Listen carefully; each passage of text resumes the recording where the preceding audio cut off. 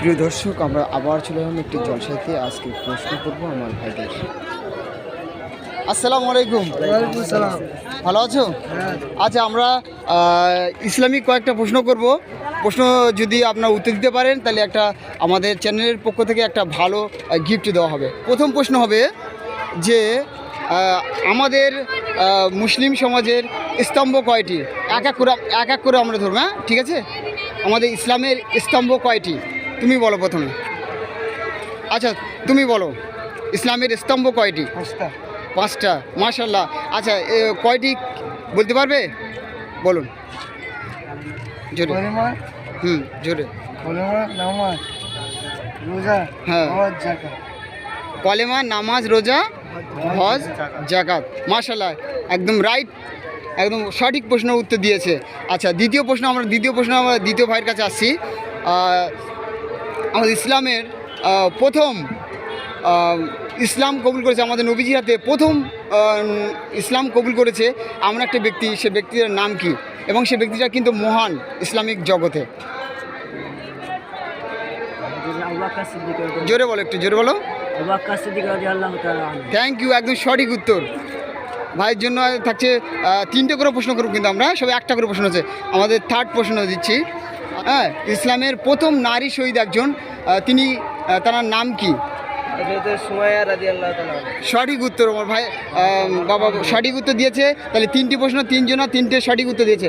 আরও একটা করে প্রশ্ন করব, ঠিক আছে? আচ্ছা, সেকেন্ড প্রশ্ন শুরু করছি। আমার যে ভাইটা প্রথম উত্তর দিতে পারিনি সেই ভাইটার কাছ থেকে আমরা আশা করি প্রশ্নগুলো একটু উত্তরগুলো জোরে দেবে, ঠিক আছে?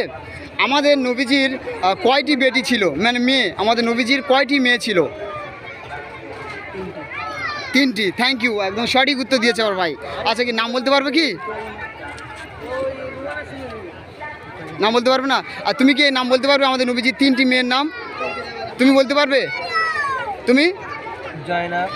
জয়নাব, কুলসুম, ফতেমা। থ্যাংক ইউ, একদম সঠিক উত্তর দিয়েছে একদম।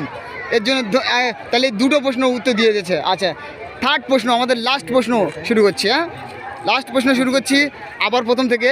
যে আমাদের বদরের যুদ্ধে, ইসলামিক বদরের যে একটা যুদ্ধ হয়েছিল, বদরের যুদ্ধে সবাই জানা আছে কি? বদরের যুদ্ধে সাহাবাদের সংখ্যা কয়টি ছিল? বদরের যুদ্ধে সাহাবাদের সংখ্যা কয়টি ছিল বলতে পারবে?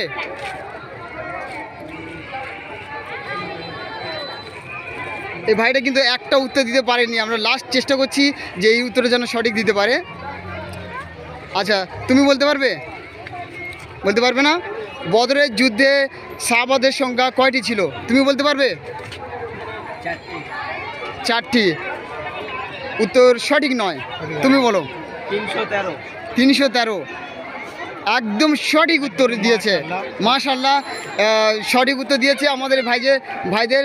তাহলে ইনি একমাত্র ব্যক্তি যে 3টি প্রশ্নের 3টি সঠিক উত্তর দিয়েছে। আচ্ছা, এর জন্য একটা এক্সট্রা প্রশ্ন করছি, যাতে কমপ্লিট করতে পারেন 3 জন্য একটা লাস্ট প্রশ্ন দিচ্ছে। হ্যাঁ, লাস্ট অপশন দিচ্ছে এবং সহজ প্রশ্ন করব আমরা। প্রশ্নটা হচ্ছে, আমাদের নবীজি কত বছর বয়সে নবুয়ত পেয়েছিল? আমাদের নবীজি কত বছর বয়সে আল্লাহ পাক তাকে নবুয়ত দান করেছিল?